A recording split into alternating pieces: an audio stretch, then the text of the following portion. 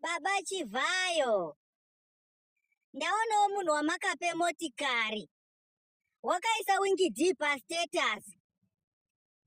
Saka ndaikumbirawo kuvhunza kuti nditore hangu here mota yacho yamakamupa imimi.